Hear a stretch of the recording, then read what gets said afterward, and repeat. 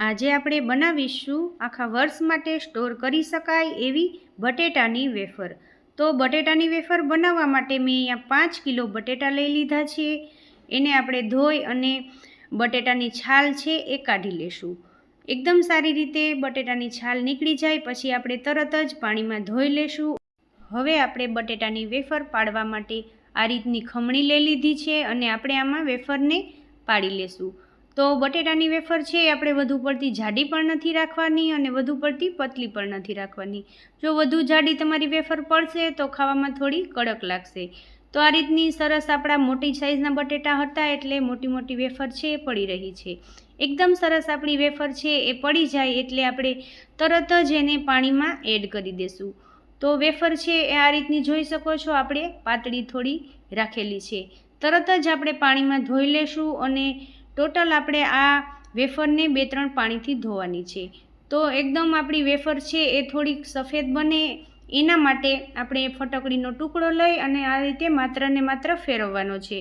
ફટકડીનો powder આપણે આમાં નથી નાખવાનો। જો ફટકડીનો પાવડર આપણો વધી જશે તો આપણી વેફર છે એ લાલ થઈ શકે છે।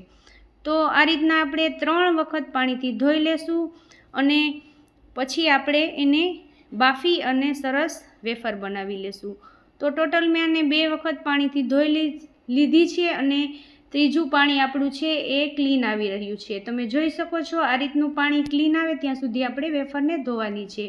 તો વેફર ધોવાઈ જાય એટલે આપણે ગરમ પાણીમાં સ્વાદ અનુસાર નમક લઈ લેશું અને વેફર આપણે એકદમ સફેદ અને ખાવામાં પોચી બને એના માટે 2 ચમચી કે 1 ચમચી જેટલો લીંબુનો રસ લઈ લેશું। જો તમે જેટલા પ્રમાણમાં વેફર બાફતા હોય એ પ્રમાણે આપણે લીંબુનો રસ એડ કરવાનો।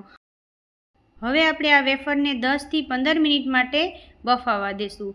વેફર બફાય છે કે નહીં એ આપણે એક વેફર લઈ અને આ રીતે નખ ભરાવી અને આપણે ચેક કરી લેશું।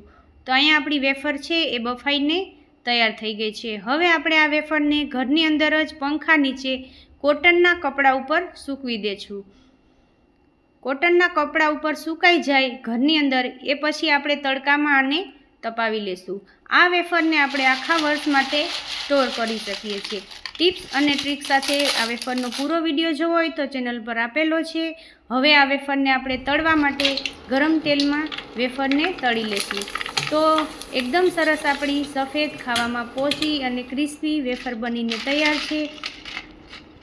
રેસીપી પસંદ આવી હોય તો ચેનલને સબસ્ક્રાઈબ કરજો, લાઈક કરજો અને વિડીયોને પૂરો જોવો હોય તો ચેનલ પર આપેલો છે। Thank you.